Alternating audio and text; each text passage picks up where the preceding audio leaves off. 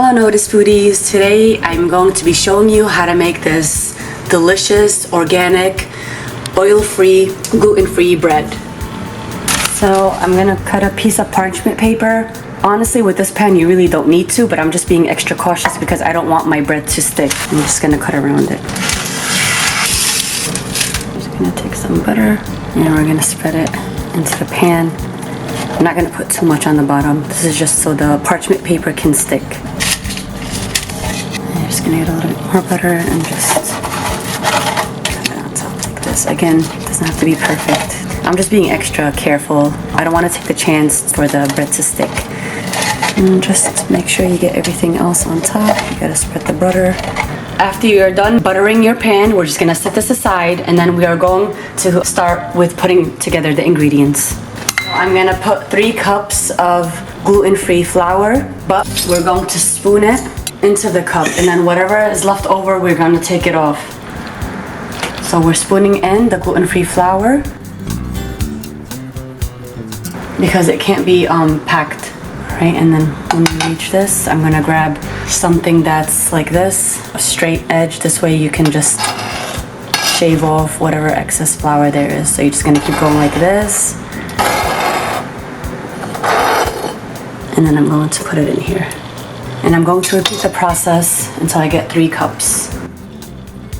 This flour is Bob's Red Mill. I just put it in a container to make it easier on myself when I'm scooping. Again, I'm gonna get this and I'm just gonna go making sure that my cup is perfect like this.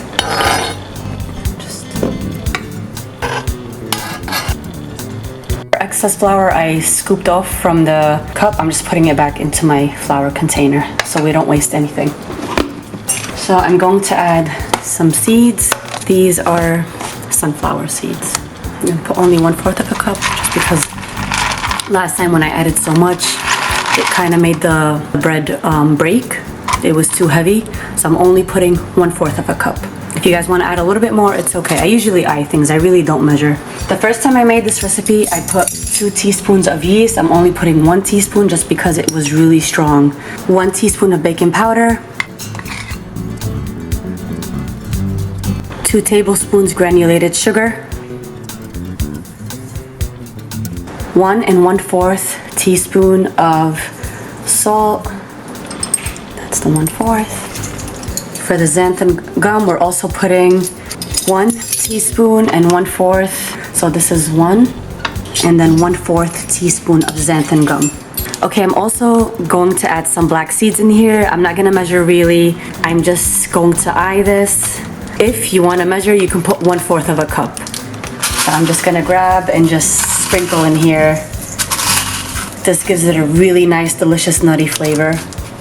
I'm also gonna add whatever cheese I have left. I don't have a lot, but cheese also makes the bread taste so delicious. So this is Parmigiano Reggiano cheese. And then I'm also going to add this blend. This is called za'atar in Arabic. This is just a combination of spices, which is thyme, oregano, salt, pepper, sesame seeds, and some other spices that I'm really not sure of. If you go to a local Arabic store, ask for za'atar, and they will point you to it. I eyed it as well. I didn't measure, but again, if you want to like measure, put 1/4 of a cup. That's like your safe zone there. And I'm just gonna whisk all the dry ingredients together. I'm actually going to add a little bit more black seeds.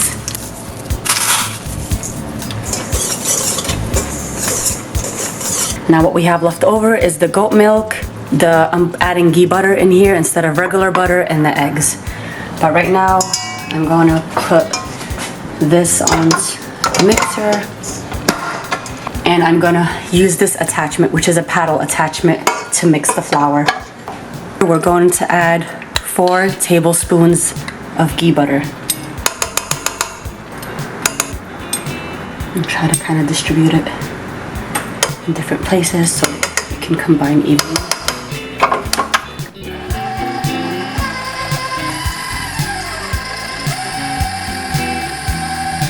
You're gonna start seeing it's crumbly.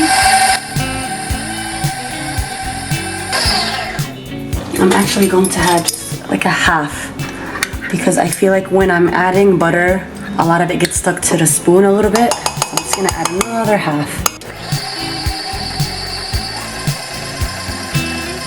And then I'm going to drizzle in slowly the goat milk.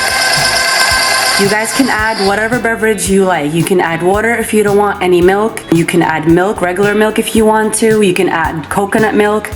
I really love using goat milk. It has a really rich flavor.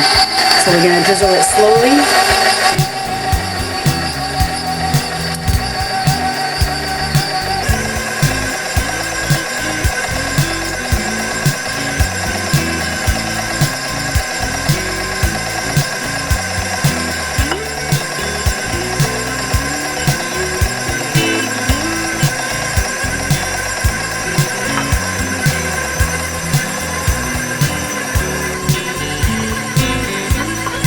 And then one at a time, I'm going to add the egg. You break it into a separate plate just in case the egg is rotten. You don't want to mess up the whole batch of dough. So, and then you just pour it in. And before you pour in the next egg, make sure it's well blended first.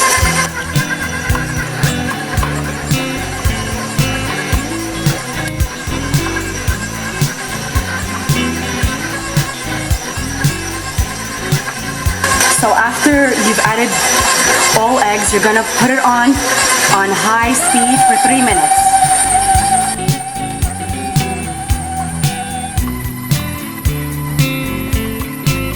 I'm adding just a little bit more goat milk just because I feel like it needs a little bit more. The consistency it's great, but I'm just gonna add a little bit more.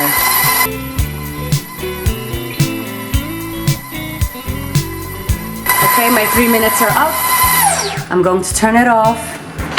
Bring this down. I'm just gonna scrape the dough off of the paddle attachment. I usually do it with my finger. You can do it with a tiny spatula like this. That's nice and sturdy. Make sure you get it all off. We are not wasting any food. And I'm going to scrape down the bowl.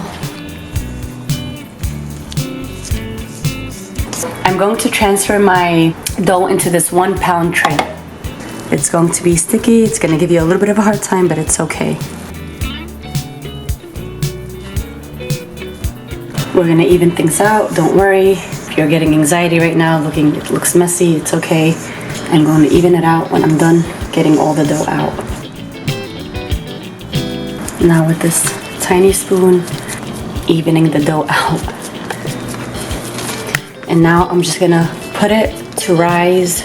Because I cut the yeast in half and I put baking powder instead, I'm gonna let this to sit at least for 2 hours, and then I'm going to put it in the oven. This is not a necessary step, but I'm making it neat. So when it rises, it's gonna rise, it's not gonna be messy. So it's not necessary, but if you could do this, why not?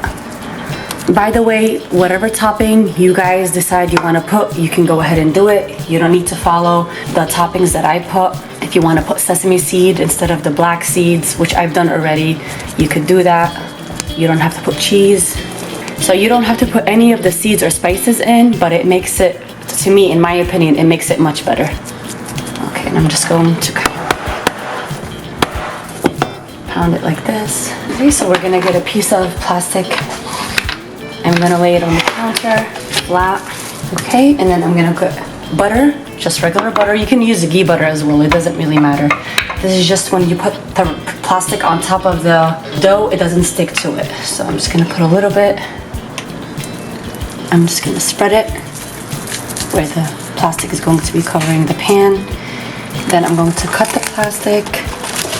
I'm going to get my pan and just like this, cover it.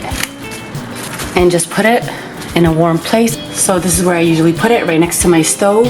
I put it on the towel just because the counters are cold, and let it sit for 2 hours. Again, 2 hours just because I cut the yeast in half. The flavor of the yeast was way too strong the first few times I made the bread, so I decided to cut it in half and substitute it for baking powder. And then we wait, and I will show you guys the results when it rises. As you can see, the dough has risen. This is why I put butter on the plastic, so it doesn't stick when we uncover the dough to put it in the oven. But I'm gonna leave it for another half an hour. It's gonna rise even more. So I'm gonna cover it back up. So I preheated the oven at 350, and right now 30 minutes have passed, and I'm gonna take off the plastic. So it's risen very beautifully. I'm gonna put this in the oven for about 34 minutes. All right, so I'm gonna lower this rack. So this is actually in the middle. If the rack is too far high, your bread is going to burn. I'm gonna put it in the oven, and then halfway through, I'm actually gonna cover this with aluminum foil, so this way it doesn't burn at all. It gives it a really pretty color. So I'm gonna take this out. It doesn't have to be perfect. It doesn't have to hold very well. And then we're gonna leave it in for the remaining minutes. Okay, the time has come to an end. I'm going to take out the bread loaf, and then I'm going to place this on a rack to cool down for 10 minutes. This is so the bread doesn't sweat. And then I'm gonna take it out of the pan. This is how the bread looks. Okay, so 10 minutes passed. I'm gonna flip this. Pan is a bit hot, so I'm gonna hold this underneath so I don't get burned, and I'm just gonna flip it. Take off this, and then I'm just gonna flip it again. We're doing this so it doesn't sweat in the pan, so we have to put it on the rack. This is how it looks right now. I'm gonna cut it up. I still need it to cool down a little bit more. So this is still hot. I'm only cutting this so I can show you. You guys see the steam, it's still steaming. I'm not gonna cut the whole thing. I'm gonna actually put it inside the pan that I made it in, and I'm gonna let it cool down all the way, and then I'm gonna cut it again. I just wanted to show you guys. Look how beautiful the bread is. Look at the seeds and the cheese in here if you see it. It's a little right now fragile just because it is still hot, but once it cools down completely, it will get a little bit harder. And that's it. You can spread butter on it, jelly, you can put your meat, whatever meats you guys prefer. No preservatives in this, all natural or organic ingredients. Okay, Notus foodies, this is it for now. Thank you so much for watching, and make sure to check out our channels. My personal channel, which is Sherri Berry's Bakery, and then Notus Food account as well for many other gluten-free, oil-free recipes. Until next time. And don't forget to grab yourself a copy of Dr. Wallach's Cooking Without the Bad Foods. It is a traditional cookbook that has been rewritten without the bad foods, especially gluten and no oil. It is 300 pages jammed with recipes and a great textbook to follow. And don't forget to check us out on Instagram at Notus Foods. We do post a lot more gluten-free and oil-free recipes. And feel free to message us on there. It is a lot easier for us to contact you. Thank you.